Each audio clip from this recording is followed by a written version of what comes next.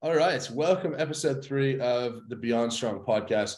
I'm very excited for this one, very timely podcast. I've got Ant Brown, who's the director, owner of 100% CA Promotions, who ran the Arnold's UK competition this year. Thanks a lot for joining us, Ant. How are you? No problem, mate. Yeah, recovery, tired, but very happy with what we managed to achieve. So yeah. Yeah, did you go to work this week? No, I had this week off just to de-stress and put the gym back together because it's been literally we got the van back to the gym, just dumped the kit off and then got rid of the van. So yeah, I've had a nice relaxing week of putting the gym back together. For everyone at home, people are starting to get a gist of who I am. I am always having fun. I'm always enjoying myself and observing people. And observing people is one of my favorite things to do. And Ant definitely sweat more than anyone the entire weekend. And he spent the whole weekend literally sprinting around with a big backpack that I found out was full of food. So yeah, I reckon you needed more of a rest than the athletes did. I think the back story was I got there Thursday and I hadn't had any breakfast. I had like a flapjack, and I got all my food in the bag, and literally I picked the bag up at 8:45 on the night. So we were on site for like 10 o'clock in the morning, and I picked the bag up at quarter to 9 at night, and I hadn't eaten all day, and I was like, shit, I need to stop that. So I was literally carrying my bag around, so I actually ate some food. But the nickname Dora the Explorer came out. Yeah. Well, just so that people understand your place in the Arnolds, basically you were contracted as 100% CA Promotions to put on the strongman event, and you're a subcontractor in essence, right? You're not involved in the Arnolds directly, yeah? No, we're contracted to put the competitions on, anything strongman related on that stage. Yeah. Now, I want to get into it in a minute about what sort of competitions you've run in the past. But first, I just want to go back to Arnold's last year and talk about what happened there. And I know that you weren't involved in that last year, but you were involved on the Arnold side and speaking to them. And I assume you did a lot of due diligence in making sure that things were a little bit smoother last year. Yeah. Can you tell me your understanding of what happened with the strongman comp last year? So I didn't attend last year, so I didn't see the show. I saw what was on the live stream. So it was a Giants live show within the festival, is from what I understand. And it was Giants, Giants live. It was good, actually, a really good show on the stage. It was really good to watch. And then from what I understand is the festival wanted it to run as an Arnold's, the same as you do in America and everywhere else. So there was a discussion around there, and I know there's some financial stuff as well that went on, but they wanted it to be a branded Arnold's strongman show, not a Giants Live branded show. And fair play to Darren. Darren's going to protect the Giants Live branding, and I've had conversations with Darren before about smaller shows that we've looked to be doing with him, and how the branding's protected. So I totally get where Darren wouldn't want to do a Giants Live that's actually an Arnold show, if that makes sense. So when you were approached to do this, you must have had some level of apprehension around all of the stuff that I assume you heard happened last year. And Steve, who has the Arnold's license, had the Arnold's license, I suppose we'll talk about that as well. He's got some of his own stuff going on, which until someone's convicted, you don't really know, but it certainly points towards some scary situations. Yeah, so we looked at the contract that we obviously, when we got approached, it was like a holy shit moment, and I think I was in that type of mode of thought when we got approached. It's like, bloody hell, this is huge, massive. To be talking about the caliber of athletes that are coming, it's like, yeah, that really scary part of it. But then obviously we started looking into it and discussing what we were doing, and then we set up and had a meeting. And this was, and I think the other thing, just to think about this as well, is that we only had 3 months notice from saying, yeah, okay, let's do this, to getting to what we did on the finished product. We sat down, we went through what they wanted to achieve, how they wanted to do it, what we wanted to do as well, because we had our own stipulations in there. We got the contract back, we looked it over. There were a couple of things that we did to protect ourselves from a business point of view. Put that back to them. They signed that without even, that was no problem to them at all, and away we went. you know, we looked into the background and everything, but it's one of them ones for us. It's, yeah, if we get shit on and we don't get money, it's like, yeah, okay, that's shit for us as a business and what we try to do as a promoter going forward. But the other flip side to that was the stage that we're putting on and the work that we can do and the level that we can get to. So it was sort of one of them. We looked at the balance of that, and I think, yeah, we protected ourselves enough on the financial side. And to be honest, I'm not worried about that. But also our credibility of being able to put on decent big shows has now come up and raised up. So yeah, it was a concern to start with, but after speaking and meeting with Steve and Jack, it was our liaison directly to the Arnolds. I think the rest of it I'll just put to the side. We protected ourselves and put to the side. Yeah, yeah. Now I'm going to ask a question. I'm asking this under the understanding that Steve would probably want this out there as well. Yeah. If you don't know the answer, you don't know the answer. But he pled guilty to acting director while bankrupt, 2 counts of fraud in anticipation of winding up, Yeah. 2 counts of obtaining services dishonestly. What came of the sentencing on August 11th? Do you know? So I believe he's got another court appearance coming up, and it's been agreed that he's got the minimum fine that they could get. Okay. So what was all that about? Do you know? It was something to do with a company back in 2016 and a Conor McGregor experience, meet and greet experience. And there was something about the way the business was run back there. I don't know the ins and outs, but I know it's to do with that business from 2016. And from what I read online, it's that Conor McGregor meet and greet that was the problem. Yeah, okay. All right.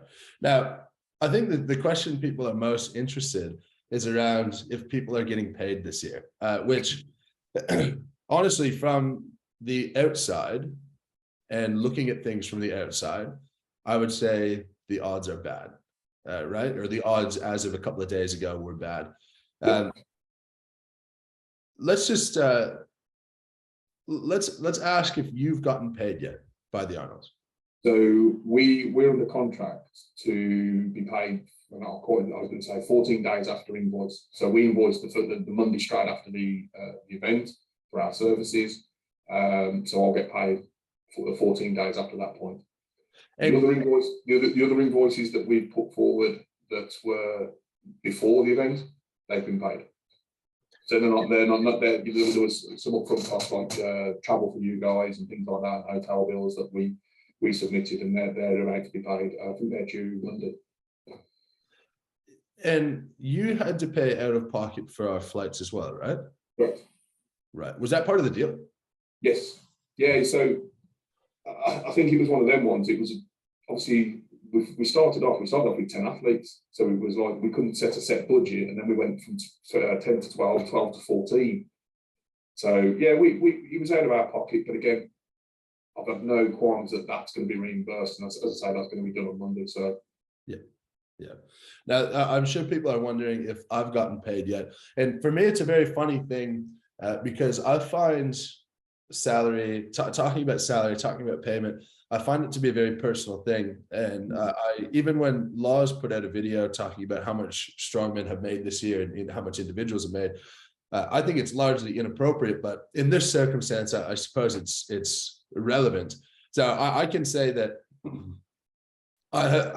right now, I've been paid as much as I could expect to be. So I have payment confirmation. That's likely to come through on Monday, but I've been sent all of the details. And from the inside, everything has been on the up and up. And you could probably vouch that I've been on top of it than anyone else. To be honest, so have I. I've been on the other side. You've been chasing me and thinking I've been on the other side of it, going, pay the bloody athletes. It's like, it's not an argument with them. And actually, to jump to the defence of the festival, we got you guys to fill some forms in over the weekend, and literally on the Sunday, I was getting chased for your bank details and your payment details, and I got chased Sunday of the festival, Monday, and then it went over. By the time we'd obviously finished, got unpacked and everything, and then sat down and started doing paperwork. The Tuesday, we sent all the information, not just for obviously pro men, but pro women, And obviously the record breakers, we sent all that over to the Arnolds on Tuesday morning, and then I think they started the process of getting your money sorted, because we talked about the best way to pay you with exchange rates and things like that.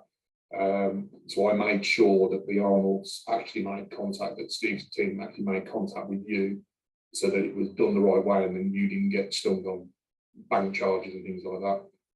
Yeah, and I haven't asked any of the other athletes because, I'm not particularly interested in other people's financial situations, but to the best of your knowledge, have other guys been paid and received the money? I think all the same again, all the processes are happening. I think they've prioritised your money first, because it's obviously the biggest chunk being the winner, and I know the others are going through. Yeah. Let's start, because I don't know the ins and outs of how much other people know about the concerns around that. So we had the issue last year where athletes ended up getting paid, but some people were out of pocket for that. And I don't know what's been told to me in confidence. So we're going to kind of leave it at that. But this year, there was that lurking in the background. Then there was the money was to be in escrow, and to the best of my knowledge, it was never actually in escrow. It was just in a bank. Yeah. Why was it not put in escrow? Just because of running costs. Just running, making sure they've got access to it if they needed to. I think from what I was told, there was a hundreds of thousands figure that was told to me on the Sunday, that was there sitting ready to be paying all the athletes, not just for strongman, on powerlifting, guys need to be paid and whatnot. So the money was just sitting there for running capital, and we'll touch on a bit of the running capital coming up because I know one of the questions you're going to ask me about in a bit. So we'll talk about running capital in a little while, but yeah, the money was sitting there. I physically saw, we were having conversations beforehand, and I physically saw the prize money for the men's comp sitting in a bank account being held there. But I think the other thing is that people don't realise that sometimes when it's like last minute expenditures on banners, or you've got to bring this security team in, or you've got to bring that in, having access to a set of money other than it sitting in escrow is invaluable, especially for something you're talking the size of that. I suppose the bit that I don't understand is that tickets would have been paid for in advance, largely, correct? Yeah. The vendors would have been paid for in advance, as in people who have booths set up, they would have paid for that in advance. What income is, let's say they did need to dip into the money that was set aside for the athletes, what income would have then made that money come back? You also get people to pay on the door as well. You can buy tickets, but you can also pay on the door on some of these days as well. But also, stall vendors sometimes pay on the day that they turn up and set up. They put their final payment in, and run into the last thing. There's also, I know of a few athletes that were paid, Meet the Heroes guys that were paid up front for their attendance and things like that. I know one of the Meet the Heroes guys actually, I'm not going to name names or anything, but he demanded his money up front. So again, that was paid up front for what he was doing at that weekend. But so there is some big upfront costs that went out, and obviously then they've got just general running costs that putting an expo on to the size. Do you think the money should have been put in escrow? Personally, no, because it was never in doubt that it was going to get paid. It was never in doubt. Why was it said that it would be? I think it was written down somewhere in an email. I don't. To be honest, I think it was. I'd have to look back where it was written down. I can't remember if it's in our contract or in an email to me. But payment to the athlete. I mean, if you go back with this, payments to the athletes last year, there was £130,000 that went out to bodybuilders, and then there was £30,000 to £40,000 that went out to the powerlifters. They all got paid post-comp. Nobody was late. Everything was paid as they should do. As long as the money, I've always said to Steve, from the start, when it comes to money, hated athletes because they're the people that come and put the show on. They're the people that come and put bums on seats and sell tickets. It's not the venue. It's not the posters that you put up on the wall. It's the athletes and the people that you want to meet at the expo that put bums on seats. So, and he agrees with that. So next year, is it fair to say that you would not push for the money to be in escrow? I don't know. The honest answer to that is I don't know. I don't know what. I know we're going to be doing this under whatever name it's going to be called. We are looking at bigger and better next year, which I think if we go the way that we think we're going to be going, I think the conversation, and again, this is all to be, I think we're like probably 2 weeks, 3 weeks away from sitting down with Steve and his team about how we want to do things and whatnot. And then I think that's when we start having a conversation about prize money. I would rather it was nice and secured, you know, because that gives the athletes confidence and they come and do what they want to do, and you know, and that's less stress on the athlete's shoulder. It's something we can have a conversation about. Yeah. Now let's just continue along the thread of things that were concerning. So we had last year, and we had a lot of athletes, some hangups on the flights, which largely turned out to be a logistical thing, which I want to get into in a second, because I know that this was a big step up for 100% CA, and I'd love to talk to you a bit about that. But there was some hangups on the flight, so that was a bit, for me, that was a little bit, I don't know. Then we had Arnold himself put out a statement, or his company put out a statement saying that the $250,000 was not getting paid, which from the inside has been said that he has demanded that late, and from the outside it's been said that that is the license fee. Now you said, I'm not sure if this is on or off camera, but you said that the agreement was a profit sharing model, and then that was thrown at them last minute. So anything that's any Arnold that goes on, so Barcelona, Sydney, all of them, Brazil, South Africa, they're based on the license, and it's all based on a profit share. There's none of them that pay attendance fees, and that's fact, because you know, Steve showed me that sort of thing. This was the only time that the Arnolds had turned around and demanded an attendance fee for Arnold. So even when we signed up 3 months ago, or 3.5 months ago, we were like, is Arnold be there? And they're like, yeah, we've been told, he's definitely coming. We're just waiting for his schedule to know when he's coming, what he's doing, how he's doing it. So we told, yeah, he's definitely coming. Brilliant. Okay. And I was like, just curious for me, because I know obviously I've seen the other Arnolds when he's going around. I've seen obviously when he made it to Eddie's deadlift a couple of times in Australia and whatnot. And I was like, well, is he planning to come and walk onto the stage and do? And obviously I know he's got free reign, but is he planning to walk on the stage? And they were like, yeah, as soon as we've got his schedule, we'll know. And then obviously I can tell you what to plan. So I was like, right, if he's going to come onto the stage, I need to plan for that. I need to be able to turn around and I'd say, this area needs to be cordoned off, because I know everybody will just start rushing the backstage sort of area. I was like, we need to plan for that. And I was like, yeah, no problem. As soon as we've got his schedule, we'll let you know. So I'm like, okay, time's cutting down. I think it was about 2 weeks out, but Arnold's definitely coming. Okay, have you got the schedule yet? No, we've got nothing in writing. So Steve and the guys, so they're all chasing for his schedule. Yes, it's coming, but nothing's been put in writing to say, right, Arnold's going to be here at 10 o'clock on Saturday morning, and he's going to do this, and this, and he'll walk around and do this, and this, and he'll do this meet and greet. So I'm chasing hard for that, to understand what we've got to do and what we've got to deliver from the backstage point of view. And it sort of gets to the last week.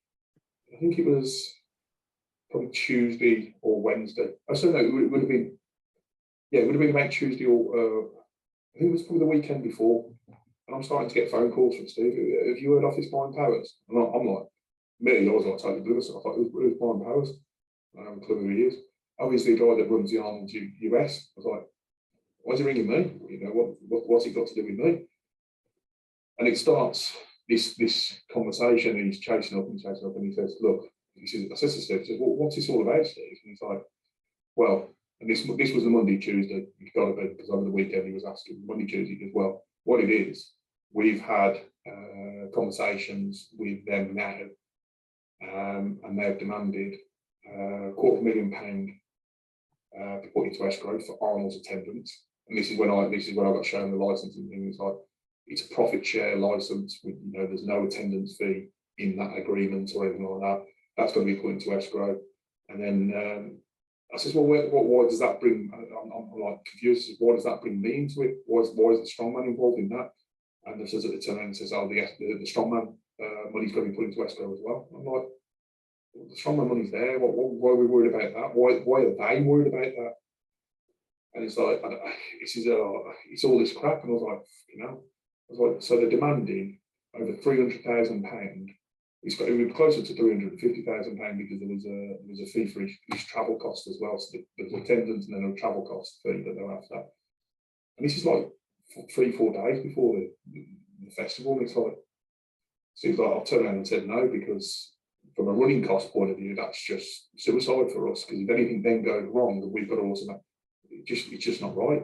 So plus the other side, flip side to that, it's not really written in the contract of the license. So we've said no. And it's like, right, okay, what's going on? What's going to go on? He says, we don't know. We're trying to get hold of him. We're trying to communicate with them, find out what's cracking off. And then literally the morning, I think you sent me, the first time I knew about it, when you sent me a message on the Friday morning, and it had all kicked off overnight. And then literally you sent me the message, I think it was just before 6 o'clock, and then 5 to 6 in the morning, I get phone calls, and it's like, right, this has happened. If you get any communication, please share it over. I'm like, again, why would anybody contacting me? So I think he says, well, look, I'm just letting you know if this communication comes over, this is what's happened. And it was the statement out that Brian Powers had put out. And it's like, what the hell? Yep. There's absolutely no need for that. You've just tried to ruin the festival that not just we've looked forward to, you've prepared for, you've obviously put your time and training into it, we've prepared for, but all these spectators, the vendors, everybody else, competitors on other stages, and it's just tried to ruin something. So yeah, that was the sort of timeline that went through for the guys, and I sort of hats off to Steve for sticking up for himself and saying, look, the festival's more important than one man attending type thing. Yeah. Now, I think some of the things you're talking about are going to make certain individuals that you and I probably both love. It's going to make the blood boil a little bit. So part of this is obviously things that you've experienced yourself, and part of this is relaying messages that Steve has told you, right? And you spoke just before you came on saying, what can I say? What can I not say? And he basically said, say whatever you want. Yeah. Yeah. So I'm firmly of the belief that outside your significant other, if you trust someone 100%, you're a fool. Yeah. Give me a number. How much do you trust Steve? 90%. As much as anyone in your life. I always go on how people treat me. So you can only go off your own experiences. So I agree. You know, everybody turns around and says, "Oh, that's a bag egg, that's a bag egg." You sort of go past, but you know, you've got to experience that yourself. I always, you know, people always don't get on with other people, so there's always a bit of fallout from there. But if you get on with someone and you trust them, that's another thing. You can, like you say, you can never completely 100% trust somebody. But I can only go off my own experiences, and with everything that Steve's done for us and supported us with, he hasn't let me down yet. He hasn't shit on me, or I haven't gone fucking hell. You know, Stu, my business partner, I haven't turned around to Stu and gone, shit, we need to, you know, we need to look and protect ourselves there. So everything that's been said, done, we've asked for, and the support we've had, I'm confident. I'm happy where I wouldn't. The other thing as well, and we'll probably come on to this in a bit. Obviously, the strong women side of it is something that we've grown over the last 8 years over here. I wouldn't put the girls at jeopardy for something I've built for the last 8 years and put them in a situation where they're not going to get paid their money. Yeah. Yeah, right. That's extremely surprising to me. From looking at your, as in the 99% thing, looking at things from your perspective and my experiences of the whole event, I think the only bit that I would be frustrated if I were you with Steve is that there were a few times that you had told things to myself and I presume other athletes that were true at the time and turned out not to be true later, right? And I think that made you look, that hurt your credibility.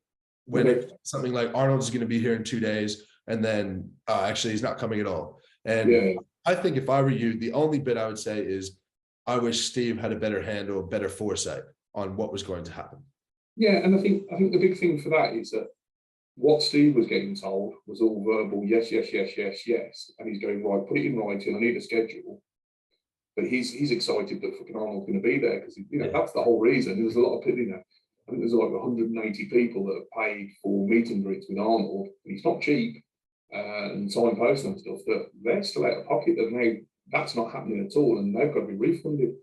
Because a lot of them, you know, they got, when it happened the first year, when it happened last year, and the meet and greets didn't happen, Arnold didn't travel or whatever it was, they had the choice of obviously getting the refund or deferring it to next year. I think a lot of them deferred to this year, and then obviously to go through it again, I think he's a real shitter. So from Steve's point of view, if he's been told that Arnold's coming, you know, on the phone with Brian Powers or wherever the contact was, and he's been told, and he's relaying that, yeah, of course that's going to create a buzz about the festival and everything. But then he's chasing for this. I know that in fact he was chasing for the schedule, because it was not just us chasing to say, right, what have we got a plan for, but obviously other places and other meet the hero sides and everything else, so they could get the scheduling right.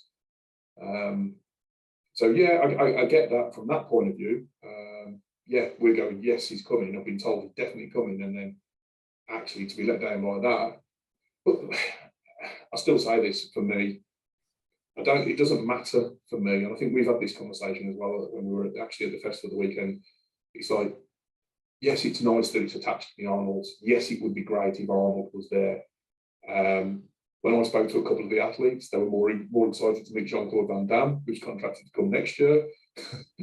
So if it was called something else, so what? That's what it is. It could be called John's Strongest Man. As long as we put the prize money up, put the platform on that we put on, or better prize money, and give you a chance to perform on that platform in the best way that you can, that's what matters. I think that's the aim of the game for us. It's, yes, all the Arnold fluff is nice and great, and and if Arnold was there, it would be brilliant, fantastic.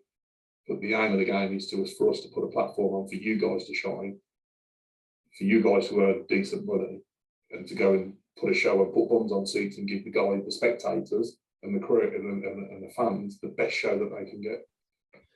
Yeah. So let's keep walking through what I will delicately call the fuck ups. The concerns of the athletes.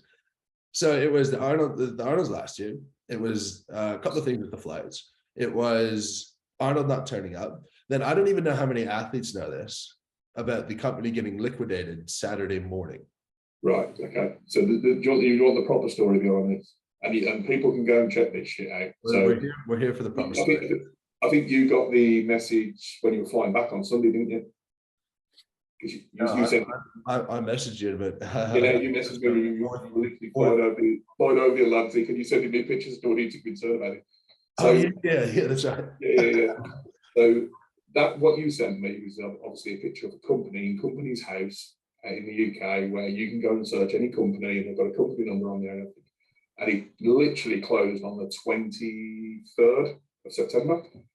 It could not have been more horrendous timing. I know, the timing's just ridiculous, mate. They're ridiculous. But that's actually the company that Steve got in trouble for with Conor McGregor. So all of the experience with stuff that he's doing now with Mel Gibson, Al Pacino, Sylvester Stallone, all of that sits on another company. I think he's got a slightly different tweak to name. I think it's Experience Live, or a live experience with.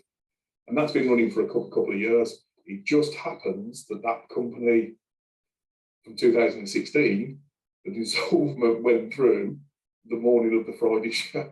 So I got sent it all by the vendors on the Friday morning, going, have you seen this? Have you seen this? And I straight away, looked at it and I went, that's not who I'm contracted with anyway. So I looked through, I went and double checked my contracts, got the company numbers off my contract, and looked at who we're contracted with. That's a live company, that's got accounts and everything else. And I actually went and saw on the, I think it was either Friday or the Saturday, I went and said, I spoke to Steve and I went, look, have you seen this? I said, this has been sent to me.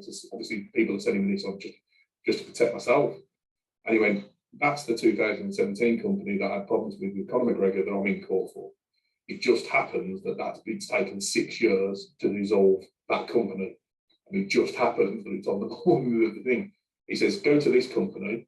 And he's like, give me the company number or whatever the name was. And I searched it up, and there it was. It's the live experience with, and he's been running for 2-3 years, whatever it is, and the accounts are all on there, and it's a live company, and da da da da da.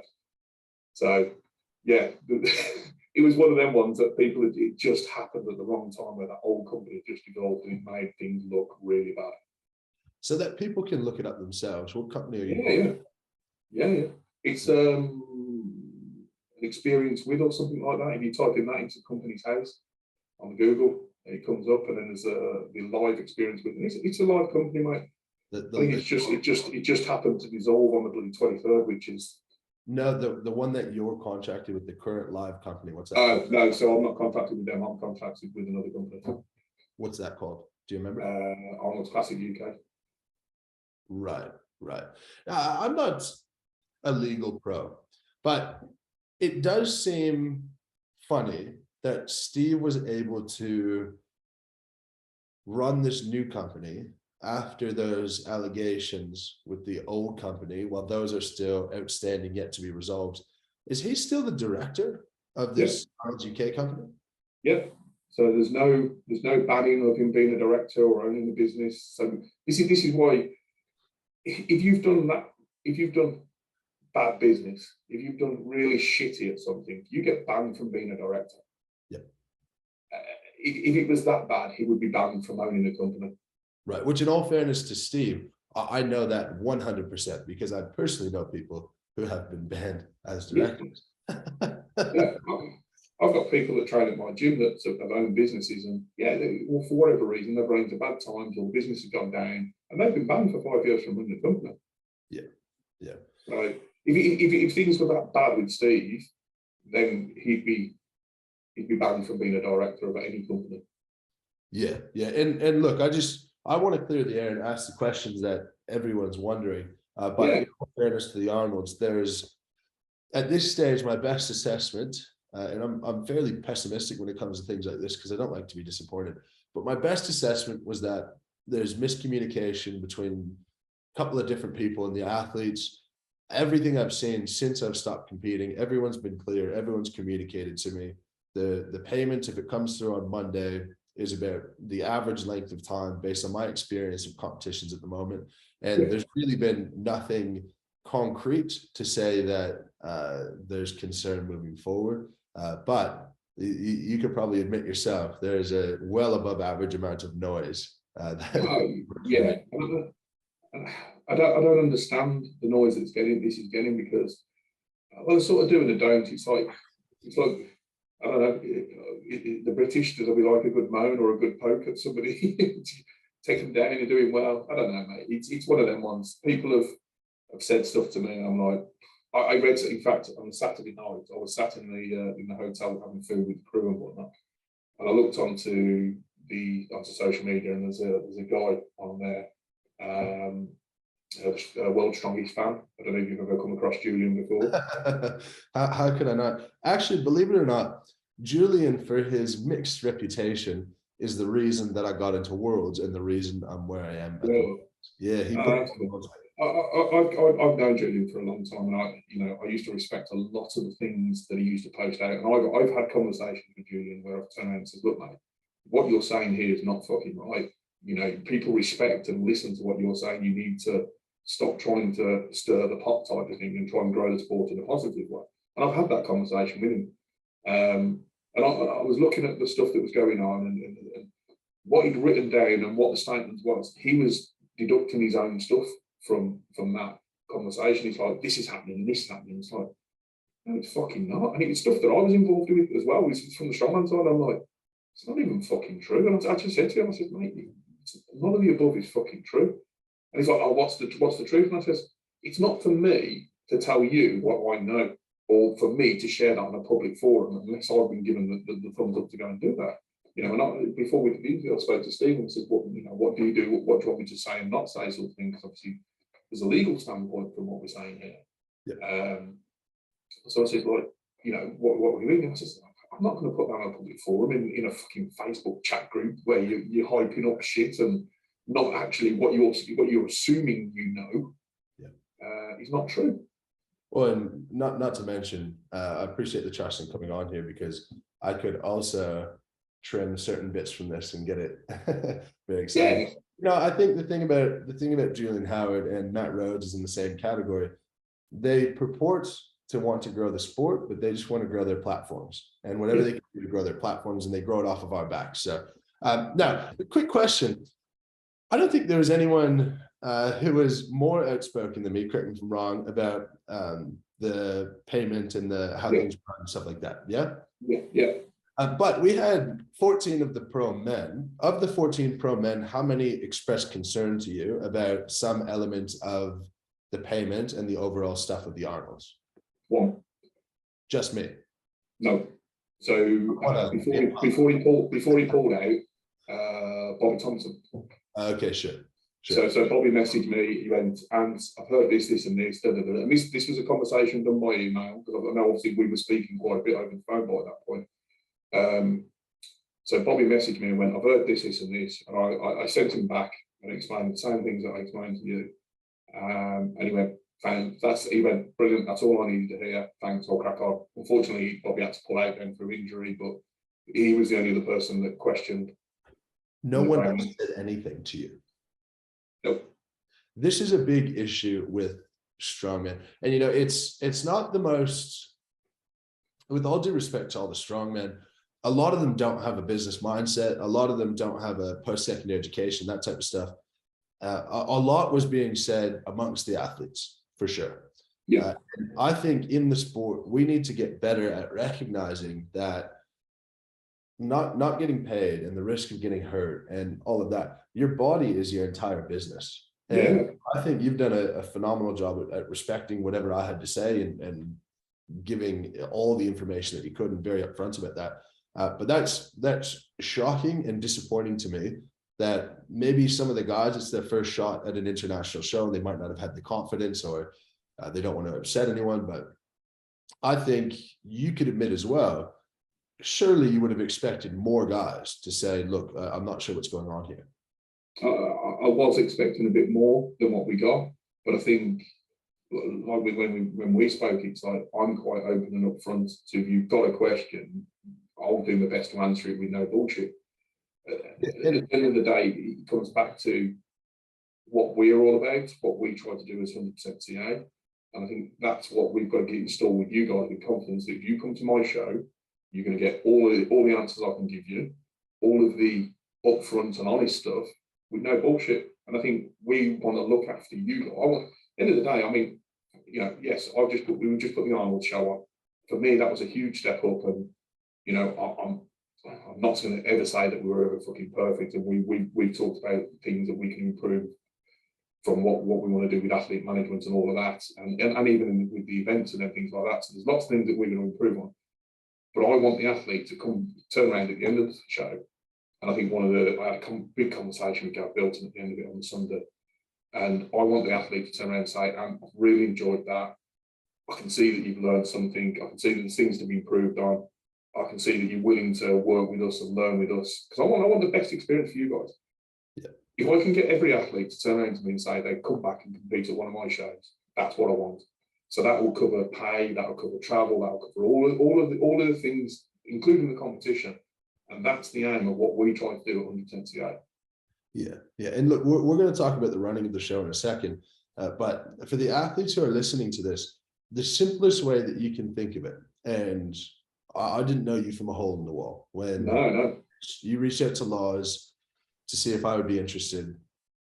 And for the athletes, when you're deciding to do a show, the easiest way to decide if it's worth it and decide what you're trusting someone with is to take the average place. If the competition was run 1,000 times over, what would your average placing be in that comp? And for me, when I did that, I thought certainly between first and second with me and Alexi, which is how it shook out, I think on average, I would have won that comp more times than him. So effectively, I needed to trust this guy who I'd never met before with 24,000 pounds or so. And yeah, you said that to me. That's massive. That's more than I've trusted anyone before as I'm coming up in the sport, obviously. And even if you're a newer guy, you know, if you're looking at a strongman champions league, you're looking at this comp, like say someone like Ryan Bennett or Lewis Jack are probably really thankful for the opportunity. Those guys still need to trust you with $1,000, £1,000 plus the risk of getting injured. Again, I can't reiterate it enough for the strongmen who are listening to this, that you need to put a certain value on yourself. You need to be a bit more comfortable speaking out if something's not how it should be, because there's plenty of fucking guys in the background going this and this, and I don't know about this or this. And I do very little of that. And you've probably heard everything I have to say. So I'd encourage other guys to do that as well, because the only way that we're going to be able to make the change and demand the money in escrow and all that type of stuff. If 14 guys came and said, if I'm coming, the money's in escrow, watch how fast things happen. Yeah. I'm sure when we were sorting out the athletes, this, you know, we tried not to, we understood obviously where the Giants live calendar was, so we tried not to pick on guys that were going to Glasgow or approach guys that were going to Glasgow, because it's like 3-4 weeks later, or is it less than that? So it's 2 weeks, isn't it? 2-3 weeks? 2 weeks. 2 weeks away. So yeah, it was 3 weeks away from things. So it's purposely, I'm not going to step on Giants' lives toes from that point of view, because they've got their athletes and their thing. So we were looking, you know, we approached Rano, Irving, Constantine, because we all knew they weren't going. You know, we tried to pick on athletes. And like you say, when we approached them and we said, right, these are the events, these are the things, this is the prize money. Bobby Thompson was the first to email and says, this is my concern. We spoke to him. He's like, right, perfect. And obviously we got it was actually Loz. We were talking, me and Loz were talking. We're going, I think we're going to take this up to from 10 to 12. And he's like, who do you think? And he recommended Kim as one of the first. And then he says, we were talking and your name popped up. And I was like, well, do you think that's a possibility? And he was like, I can ask him and we can have a chat to Mitch. And then obviously me and you started having a conversation and whatnot. But you were the only one that literally went into a lot of detail about the ins and outs of how we're doing it and what would be possible as well. You know, and you turn around to me and says, well, you know, is there a fee that we can have up front for an appearance? So I know at least I know if I'm traveling there, you know, and putting something in. You know, I was honest with you, it's like, no, because if I do that, I'd have to do that for everybody, and you know, this, that, and the other, and they're not obviously taking into the prize part and and Alexi said the same. He says, can you pay for my guys? He had his videographer and his, I think somebody else with him. Can you pay for their flights and take it out of the prize money? I was like, that's not fair, because if you don't travel, I pay for flights and everything else. It's taken out away from somebody's prize money. So I get it. And again, I'm quite happy to have that conversation, and we'll go back. And when I have the sit down with the festival guys in a couple of weeks' time, you know, it's something we need to have a conversation about, because we need to put all the ducks together. Well, first things first, we need to pay all the athletes. They get all their money. That kills all the fucking noise about athletes not getting paid. Yeah. And then we need to see how we can manage it better for the athletes. Yeah. What about, so the pro men didn't really say anything. What about the strong woman? One as well. Yeah, I only had one. You happy to say who? Yeah, I don't think she'd mind me asking. I think Dolly Moore. Yeah. So here's the lesson. Probably the people who are most confident, and it's simple as that. And there's a way to do it very respectfully, and there's no hard feelings between us about it. And no. It actually grew our friendship, because you were coming over, and I was like, oh fucking hell, he's going to be a right diva when he comes over, and he's going to be a pain in your ass. And then you purposely started just fucking winding me up more and more as the weekend went on. But for me, if I see someone overreacting about something, it's just hard not to wind them up about it. Here's the one where I could have punched you in the face was the bloody earpod. You were warming up, and I was trying to talk to you to tell you something. You got your earpods in, you go, I've got music on, I can't hear a word you're fucking saying. I was like, oh, you fucking dick. He was like, no, I'm joking, I'm really. That's on the this backstage video before. Yeah. I forget what that was before, but yeah, look, I think the best thing takeaway wise, obviously it wasn't a perfectly run show. But you've been as open as anyone. Brian was the exact same way, and we see how the Shaw Classic has improved over the last few years. And you're so neurotic about finding out what could be better, how athletes, if they were happy with this, if they're happy with this, or where you made mistakes. And big tip of the cap to you for doing that. But what was the biggest show before this one that you had done? So we run two of the national shows over here. So we're doing a double England Strongest Man and England Strongest Woman. That happens at another smaller festival, slightly up north from where we were. And then we do Britain's Strongest Woman, which is that's been 2 years now, where it's been I'm going to say a small arena type thing. We sort of anywhere between 600 people to 1,000 people sitting and watching. But that's the first time that you could buy tickets for a women's show and go and sit and watch them. So safe to say, and I say this with all due respect, because I think we should operate here a good portion of our lives. You were out of your depth when this started. Oh yeah, we knew that this was a huge step. I mean, forget, yes, the competition and the athletes and everything else, but working on that stage as well. I knew that was going to be a real tester from the crew. I mean, if you put stuff on a flat floor on a thing, and we're in the middle of an arena amphitheater type thing, we can run a show all day long because we preset everything out. We'll move from event to event to event to event. Everything will be done. But actually, the big learning curve for us at the weekend was one event on, one event off, and the ball ache of that, and obviously the venue we were at, where actually we're on a stage that's, I think it's like 1.5 meters up in the air. And actually we had to preload all of the equipment for that day onto the festo, throwing frames, yokes, spatter stones went up and stayed on stage, the carry stone, everything had to be transferred on and off the stage to do that. And that was the biggest learning curve for us as well. Because obviously some of the throwing events, so the throwing bags for you, our throwing frames are 2 meters wide. So from the first light rig to the edge of the stage was 6 meters. So I'm like, shit. What if one of these guys has got a bit of a crooked throw or something? Somebody in the front row in the audience is going to be catching a 28 kilo sandbag on the lap. So yeah, there was little things that made me nervous. That it was a big learning curve, a big learning curve. I want to talk about, let's chronologically go over some of the lessons that you've learned. Now, we've talked about the flights and what I don't think that's even remotely interesting to talk about. No. That we should book flights here. But let's talk from when all the athletes got there up to when the competition actually started. What were some of the things that were unexpected? And you're like, this needs to be so Zadrunas turned up 24 hours late to the athletes meeting. Yeah. He's just in his own orbit, isn't he? Just cracks on. So that sort of threw me a little bit. The other two guys are sort of actually, I think there's a fair amount to be read into that. And I think for you, it's a recognition that you don't have the respect of the international athletes, or you didn't when that competition started. And I lost respect for Zadrunas behaving that way, to be honest with you.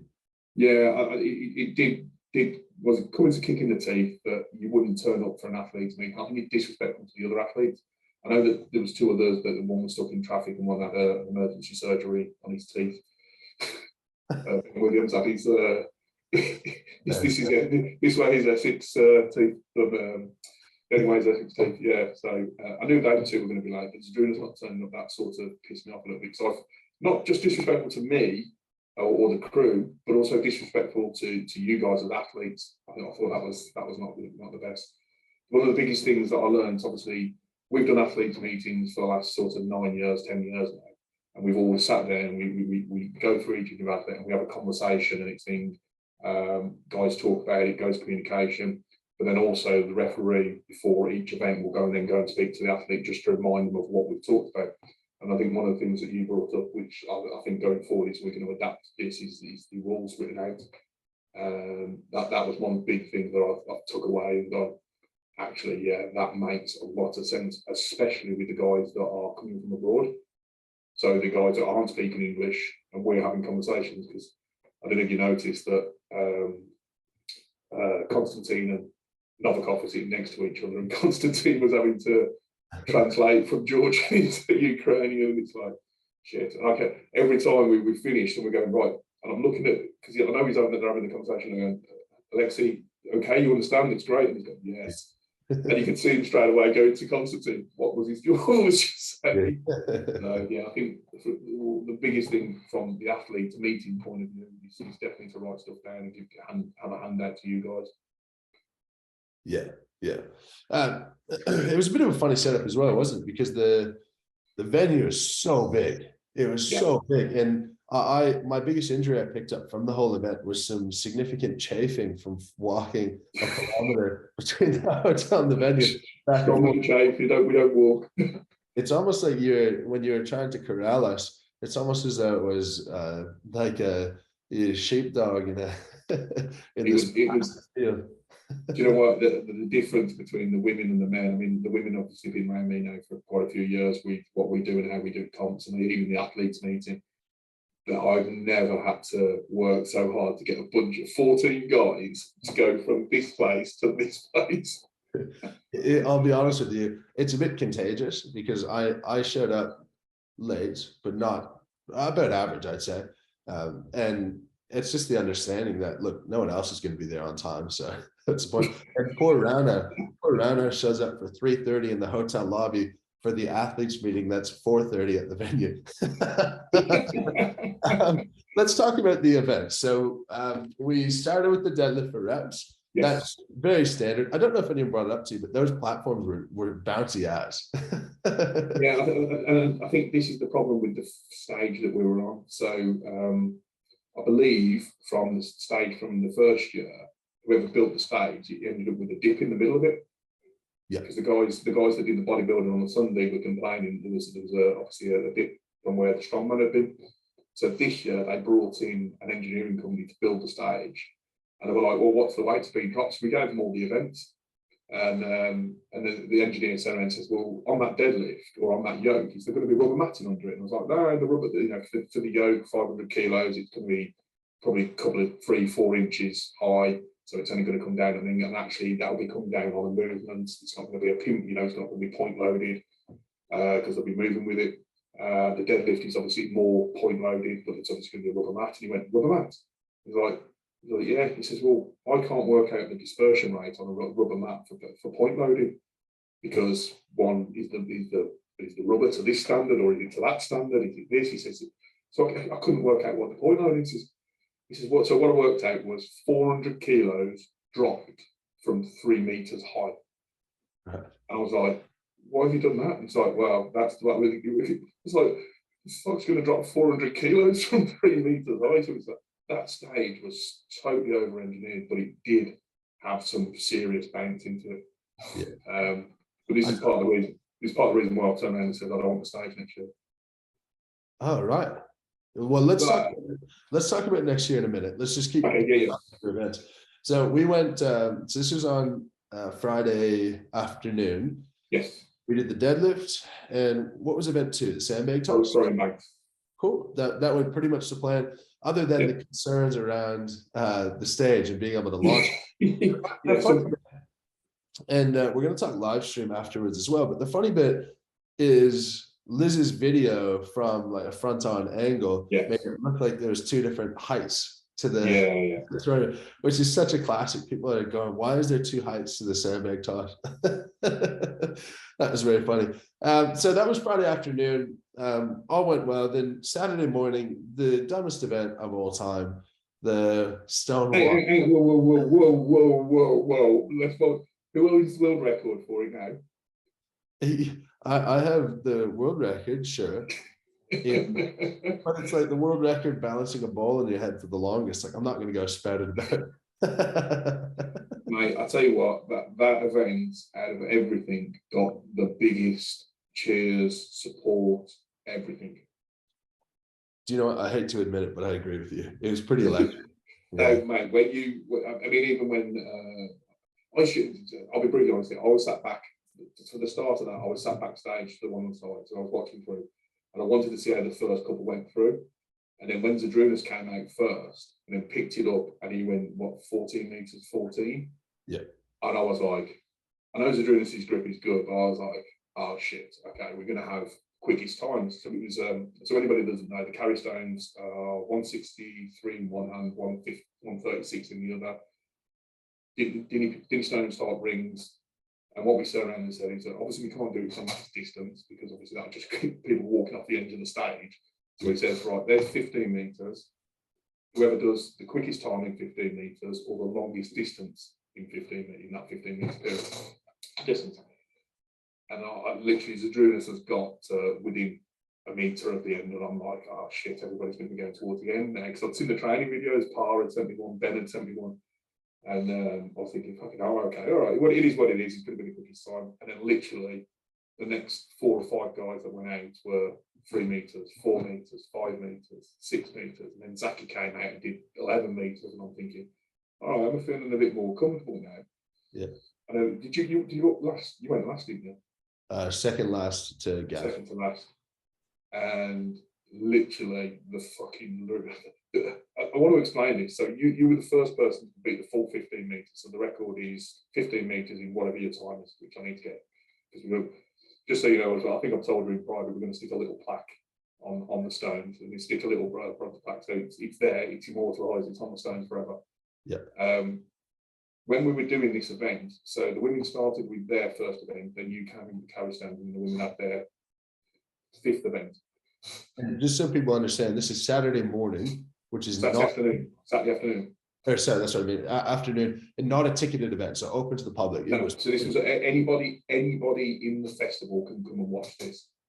So that arena was 4,500 seats. They were in the 2 corners. They were 20 to 30 people deep, and the security were doing a 1 in, 1 out. So if somebody went out, you let somebody in and had to go and find a seat. So we were 4,500 plus people watching that free show, and the noise was ridiculous. Ridiculous, mate. Everybody, I went and spoke to the vendors that were standing outside and was like, bloody hell, what event? We came running in when we heard the noise, we came running in. What was the event? So, you know, we couldn't get in at some point. So what was the event? So it was the carry stones, it was the girls, and it was this. It was just nuts. Absolutely nuts. I know you hate it, but it was so good. Yeah, well, you've got great metrics from the Laws and Liz videos. Have you looked at the views from each event? Not yet. Okay, this is the most interesting thing for you. So deadlift for reps, 29,000 view, sandbag throw, 14,000 view, yoke, 25,000 views, dumbbell, 20,000, atlas stones, 21,000, carry stones, 50,000. Wow. Literally double any other event. Yeah, which I think it's, you know, I've been up to the Dinny stones. One of the lads in the gym, I think I showed you the video of Matt carrying the stones in the gym. I've been up to the guy when they do the Dinny stones, and they are amazing. They are unreal. If you ever get a chance, go to Scotland, go to Portark, and have a crack at the Dinny stones. honestly, The other thing as well. Go on, Theo. I won't. I won't. Yeah, but hang on. I'm going to add a bit of a spice here for you. Because guess who owns the record? I know my coach. He's admitted that I'm better than him at the yoke at his best. And we need to maintain a good, positive working relationship. So, so you're not just going to ruin all his records. He's beat his yoke record. So look, yeah, that event was electric, and people loved it. I think, to be honest, I think half the athletes like it as well. Yeah. I'm not. Do you know how many turned around and said they were disappointed in their times because, again, the technique and how they picked up and this, that, and the other. So for me, that's a good thing. You know, they're disappointed they didn't do as well as they thought they would do, but they want to have another crack at it. Yeah. Well, Rauno took off with it like it was a farmer's walk. He started on a full sprint. Jesus Christ. I watched the video back, and I was watching a couple. I watched Zaki and I watched yours, and yours and Zaki's technique is quite the similar. So it's like, I noticed with you do like 3 or 4 steps and sort of steady yourself, 3 or 4 steps, then steady yourself. And it was just like almost like you watch it back, it's almost like you get that steady point to stop the stones going too much. You got that control, and it just allowed you to keep a nice smooth rhythm. And Zaki did very, very similar. Well, I spoke to Zaki, and he had never done them before, I believe. So they do there's a version up in Scotland called the nickel stones, which are slightly lighter. I have those next weekend, Oh, unfortunately. I'll clear. Okay, But is that max distance? yeah, So I think you can do one drop, and then you get to 20 meters, and you can drop and turn and go around again, can't you? yeah. You get one drop. You can go as far as you can, drop once, pick them up, but it's one drop, and your thumbs are going to be cooked. Like, I'm not hook gripping after dropping it once; I'll be dead. But I have a high amount of optimism that I'll be able to break the world record in that one. I don't see why not. That much lighter and 7 meters more. The only thing that I'm not 100% sure, but I think the one ring is slightly smaller. I think they're imitation rings. So what you've got to be careful of is actually getting your hand in, which is why I didn't put one big, one small. I went for two big rings. Yeah, look, it is what it is. What I was going to say is I spoke to Zach, and he's got a pretty good athletic background like I do. And I think when an event that you're not familiar with is thrown at you, it's just the athletes always win. That's why Alexei will always win. That's why I will always do well at random things. And I think for advice for younger strongmen, if you don't have a big athletic background, like, get onto it, because it helps you in so many ways that you'd never expect. Yeah. So we went from Kerry Stones and then into the ticketed night show, which is an athlete. A 6-hour break between events is hard. Like, that's the worst amount of time between events. But we had the yoke, which was fantastic. I mean, went pretty much as planned. No issues there. And then I wasn't expecting that. Even from the top three, I wasn't expecting that, mate. Wasn't expecting my time. So we'll start with Paul. Paul was 11 seconds something. I wasn't expecting that to be that quick. And then obviously Alexei went in at 9. I'm thinking, frigging hell, people forget this is 500 kilos.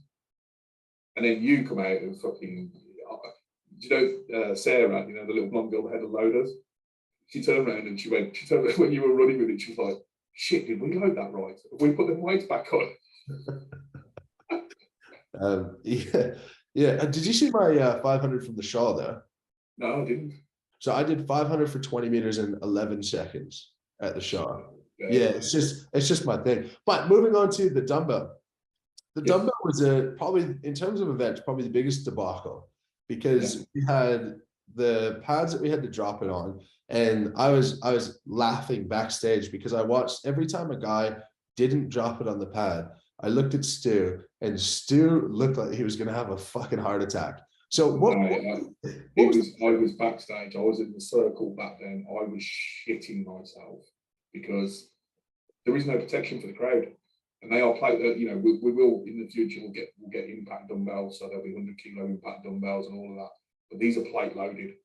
We put everything in there to keep them all tight and everything. But I always thought, if fucking anything lets go, that's either the referee or that's somebody in the front crowd getting it. And I'm shitting myself. I'm not a physics major, but we were approximately 4 meters away from the front of the stage. And then people who were in the front row were about 3 meters back. Yeah, 3 meter row. We would have had to launch the dumbbell so hard to have it go 7 meters, like roll off the stage and go 3 meters. I actually put loaders in the front, just in case it hit the bag, came off, rolled off, and started get rolling sideways. And I had guys ready to just go and catch a dumbbell in the front. Yeah, dude, just go and stand at the front of me. There's a 100-kilo dumbbell coming towards your face. And never would that happen. I have seen one, the Arnold's, I think it was 2019, where they were doing the stone to shoulder, that famous Arnold stone to shoulder. Did you see that? And then someone dropped it off their shoulder, and that literally tumbled off of the stage. And this is why I'm not a fan of that stage. I mean, it looks great from a visual and everything else, but there's just too much going on. I mean, initially, and people probably just think this was from a sponsorship point of view. So the throwing bags that we had 24 throwing bags. So what I did was actually put the throwing bags along the front edge of the stage for the whole weekend, apart from when they were being used. And that was to give you guys a visual that that's actually the stage edge, because obviously when that room was black taped, there was no white tape to say, right, this is the edge of the stage or anything like that. There was no guide for you guys. So you guys weren't walking up to the crowd and were waving to the crowd, hello, hello, hello. There was no edge. And it really scared me. So I was like, right, we need to put something there. So we stuck the sandbags there and actually gave everybody that was up on the stage a clear visual of where the edge of the stage was. Yeah, no, that's a good idea. I actually didn't know why you did it, but fair enough. So we wrapped up with the Stones. That was all good.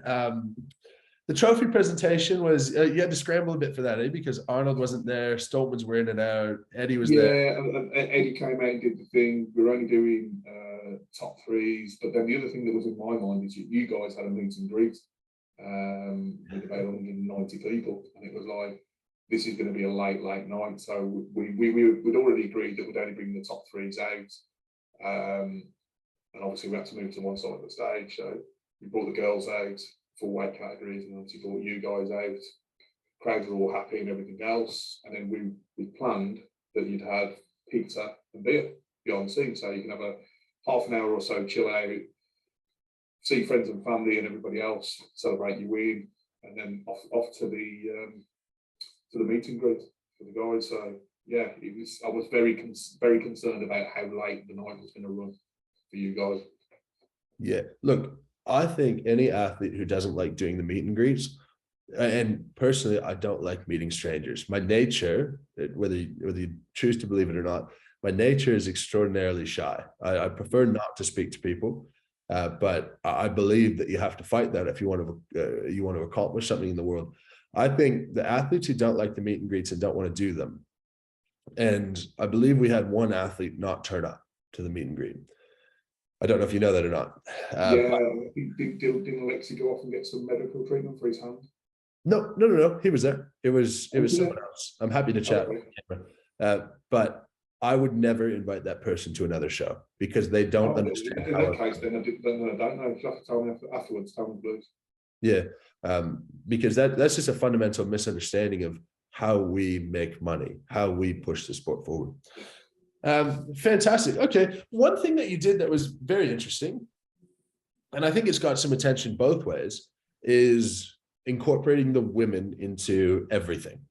Right now, with all due respect, I don't know how many women listen to the podcast Women Strongman, but in the end, the open men's division brings in the most attention, right? Yeah. No, there's no escaping that. And I love that the women could get some collateral exposure from that. But there's certainly a balance between showing people something that they're less interested in and not giving the women any exposure at all. How did you feel about striking that balance? So I think one of the things that we do with the women is obviously across the board, I find with the women, unless it's OSG or whether it's the Arnold Zone at IHO and anything else, women's sport is open women only. And what we're trying to showcase is the girls across all the four weight categories that we have, because we've got Rihanna Lovelace, who's a 164 kilo athlete who's pulling 280 odd deadlifts at 64 body weight. You've got Chloe Brennan, who obviously she won at the weekend. She does phenomenal stuff. You've got Donna Moore, 3-4 times world's strongest woman. And then you've got people like Lucy Underdown sitting in the opens. And it's showcasing each of them girls that it doesn't matter the size of the girl. It's what these girls go and do and what they can go and lift. And I think the big thing that we've worked on is that, especially in the UK, is we're quite lucky that I've got the pathways going up to where we are now with the women's. And it's showcasing that you can be small, medium, big, and you've got a home in strong woman or in strong woman. Whereas obviously, the weight class men aren't showcased as well, say for the thing. So having that pro show for us over here was a huge thing. But like you say, trying to get the balance where the women are sharing the same stage, but also giving you guys enough that we're putting a good show on for you guys. So it was a matter of looking at what we wanted to achieve in the afternoons, where it was free for people to come and watch, and then what we wanted for the evening show. And I was hoping that the 3 events on the Friday, the 2 events on the Saturday afternoon, and obviously the 1 event, and then gave you guys enough break in between events that you wasn't knackering you out and tiring you out, so that we actually got a better performance from each of the athletes. I think next year that will change. and talking with Arnold, they're very keen on looking at trying to bring the women's level up to where the men's level is. I mean, it's good, the four weight categories are still going to be there, but also giving them the platform on the same stage, because it's, if you go to OSG, you're not going to turn up to OSG and compete. Alexi's not going to turn up to OSG and compete. He's not going to turn up to the Arnold Amateurs, which is where the girls go. But actually, this pro show, we can put them on the same stage as you guys, who are top of the tree, and these girls are top of the tree for the women's side. And I think that's what we're trying to achieve. And hopefully, I've got the balance right for you guys, but also for the girls as well. Yeah, and it was cool to get to know some of them. And I'll be very open with my opinion that I think there's much less to be gained in showing off women strongmen than male strongmen. But on the flip side, I firmly believe that there's way more to be gained for women participating in strongman at the local level. And I know that for that to thrive, that women need to be out there, and they need to be, it can't be all 300-pound men inspiring a unconfident or semi-confident adolescent or young female or middle-aged female into doing like that. So yeah, I definitely support the exposure, and it was great to get to meet some of them. Great to be around them. It's funny, the difference in culture. They don't have the same culture that the men do. And in that, I mean that, and not all of them are this way. Some of them are really lovely, and but the men, we genuinely want each of us to go out and perform to our best. And I would rather lose to Alexei because he had a phenomenal performance and I just couldn't match it, than he messes it up. And I think they're more traditional sports people in the women's side. I think they're more competitive. They are, yeah, don't get me wrong, they are very, very competitive. But the big thing that they were underrated from, because we went to, so these girls qualified, again, short notice for this comp, so I wasn't able to invite the international girls this year, which we will do next year. These girls all competed together at Britain's Strongest Woman, or the majority of them did, sort of 5 weeks ago, 6 weeks ago. And I'm a very big believer of showing you the community. So we have a motto with what we do with the women's side: it's inclusive, not divisive. Yeah. And the girls actually were told to rein in the support for each other, because literally at Britain's Strongest Woman, if say one of the girls was on a yoke, carrying a heavy yoke, 4 or 5 of the girls were actually out by the side of her, screaming her on. And obviously what I wanted to showcase on the stage was the other athlete going and cheering them on. That's fine. But what I did want was the stage mob with 5 or 6 girls cheering the other girls on, sort of thing. So that we did have to curb that enthusiasm from them a little bit this year, because they are, and I seriously, mate, if you go back, I'll send you some of the videos we've got where we've got little D from Scotland, little short-haired, blonde-haired girl from Scotland, carrying a yoke, and it's the heaviest yoke she'd ever done until the Arnolds. And the 5, 6 girls around her screaming her on every step of the way. The support internally between the girls is phenomenal, but you are right, they are super competitive. Yeah, right.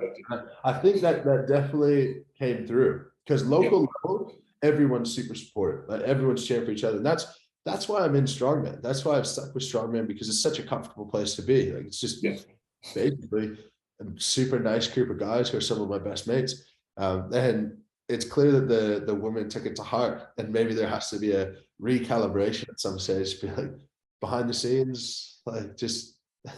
And you know what? They are intense, mate, but they have got each other's backs. I promise you that. They are what side? They are intense when they're competing. Some of them have got proper game faces on when they're competing. Yeah. But I promise you now, they'll be the first to go and support each other. Yeah. I suppose that was a tainted view, because I've never been around women in the professional setting. Of course, again, hats off to you for doing it, because I think there's more for women to be gained in participating at local comps.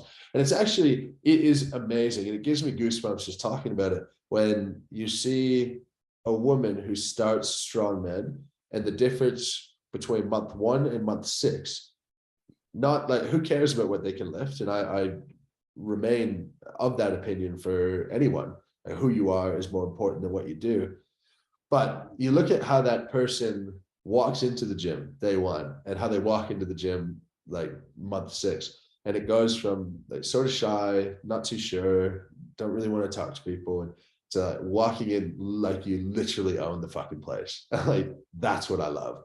So it is a story for you to check out. So Rachel Brakehead, who came third in the under 73s, she started lifting probably 3-4 years ago. And the only reason she went into the gym was to lose the baby weight after she'd had a kid. So she went training, and literally got in.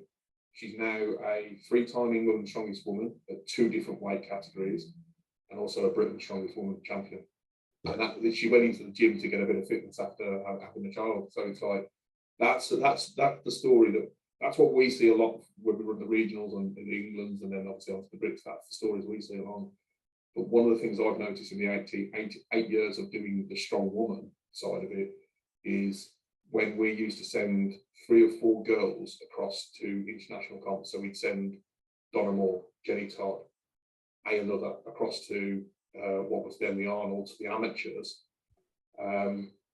We are now sending 20 plus girls to compete at OSG or the Arnold. And that's the big difference that we've done in 8 years. And that's where we've had, the sport, it's the quickest growing side of strongman, strong woman in the UK. It's the strong woman side element of it and what we're doing.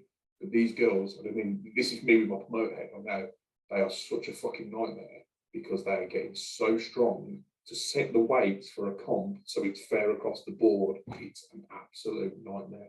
It's treading a tightrope, trying to get the right balance of what's doable for the girls, what's good from a spectator point of view, and what we can actually do, get them to do from a kid point of view as well. Yeah, for sure. Let's talk a little bit about next year. You said the balance is going to be different between showing the men and women. How? So I think, and again, this is all to be decided. I think the idea is we spitballed is potentially that the men will have their own standalone shows. So it will be in the afternoon and then in the evening, and then the women will have another day will have their afternoon and their evening. And I've been asked if the women will sell the tickets, and I have absolutely no doubt. Absolutely no doubt. You think the woman would sell the tickets out as well? Yeah. If you looked inside the arena when it's Stone Carry Day, where obviously you did this stone. If you looked at the farmers for the women, it was actually full before you started your stone carry. So when the girls were doing their women's, then the queues were all there and the seats were all full. You'd obviously did your stones, and that's where we got a big bump. But actually, what we found was even after you guys had gone off the stage, and then we set the girls up for the dumbbell, the arena was still full. Right. So it wasn't like. How do you think that translates to people actually paying money for the event separately? Do you think it translates? I think they would. Again, it's one of these things that if we, and again, this is all up for debate on how we do it and the way we would do it. You've got people that are coming to watch a show, also want to see the finish of the show. So the evening ticket thing, they want to carry on and see that. And they make them, again, I look at the feedback we get from people messaging me, spectators and things like that. And yeah, they appreciate what the women do and want to go on. If I can put my 2 cents behind it, yeah. I would love there to be some crossover, like there was a lot like there was this time. Yeah. Okay. I think the timing worked out well. I think it's phenomenal to get to know some of the strong women athletes, and then a lot of the strongmen, particularly the professional strongmen, are borderline disrespectful towards the professional strong woman because they don't think it's as big, and they don't think it's as, and to be fair, it's not. But if we've never seen them, then like we can't be their I can't champion someone I've never met before. I'm like, hey, Donna Moore, you've won World's Strongest Woman 3 times and these titles and blah, blah, blah. But now that I've met her and she's a very nice person, then I'm like, I'll now go interact with Donna Moore on socials more. I'll share her stuff. I'm more likely to share her stuff. And all in the name of growing the sport at the local level, which feeds through to the top level. I think keeping some level of crossover, even if there is a separate ticketed show as well, that's my vote on the record. So if you with that 2 cents, and I'll take that on board, because I think, okay, I did like the crossover. I've got to admit, I did like the crossover, and I've even started the ball rolling. I know we're only a week after, but the carry stones, like you say, was so good. I've even started looking at having carry stones for the women. Yeah. So I'm off to the local quarry to speak to the stone guy and see what weighted stones I can get for the women and create a natural stone carry for the women for that show. Well, I think when you look at why someone might be entertained by the strongman show, when it comes to the pro men, they're entertained by freaks, and Yes. it's more entertaining. And the women, like, they're freaks in their own way, but you could have a woman of the same weight going like, holy shit, like I find them to be more inspiring because they're much more relatable. Where like no one's looking at an open men's bodybuilder other than like a teenage boy being like, that makes me want to get in the gym and lift a bit of weight. You know what I mean? And I'm sure we as well, but much more relatable. And we're at about an hour and a half right now. So I want to wrap it up. I want to wrap it up with what the plans are for next year. What are you most excited about with what's going to happen over the next 12 months? So the arena setup. So we obviously, as I said, we're going to look to come away from the stage, and obviously this is all to be confirmed. And what we're going to have is tiered seating on 4 sides. So we will be in a pit. We'll be on the floor in a pit with 4 sides, which makes the noise even better than it coming in one direction. And it'll be, when it comes to what I call a flat floor show, we run a really decent show, and it's smooth, it's crisp, it's things, because everything will be set out ready for one ball, ready to rock and roll. So I think that is going to be really good. Think WWE with TVs, 4 TVs above us as well in the cube. So if you're sitting there, you can see the teams. I think everybody will agree the screens for the stage, from a spectator point of view, were ridiculously good. I don't know if you got to stand outside the front of the thing when the events were going on, when the lifts were going on, but them 2 screens that were either side of the stage were just really good. So we're thinking potentially a 4-sided screen above a TV screens above us in the cube, so your view's going to be unreal. I'm excited about that. I have already written a list of events, potential events. I would say potential events out. Sure. How many I've people? also written a 9. I've also written I would like to have a list of athletes as well. Right. And potentially, and this will be down to obviously the Steve and the guys. I sort of think 14 guys was great. Maybe 20 might be even better. Wow. So tell me your top 5 guys you'd like to have there next year. The top 5 will be the top 5 from this year, because I think everyone in that top 5 or 6 guys were just unreal. No, I mean your dream list. You could have dream list. Top 5. Yourself, Alexi, Martins. I don't know, Martins has only got a certain number of competitions left in him. That ain't happening. Tom. Yep. My wild card would be Bish. I'd really love to see Bish in there, because I think he could, these type of comps and events, I think he could do really well.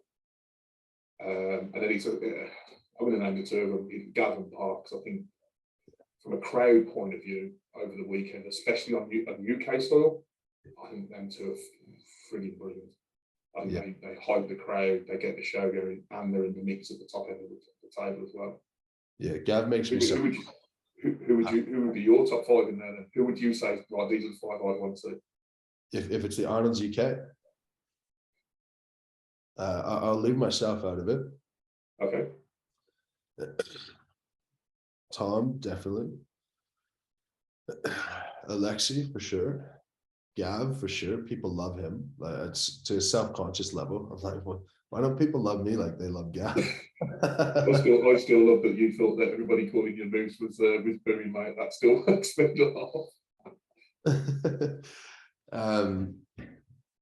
Then I think international contingent was a bit light this year.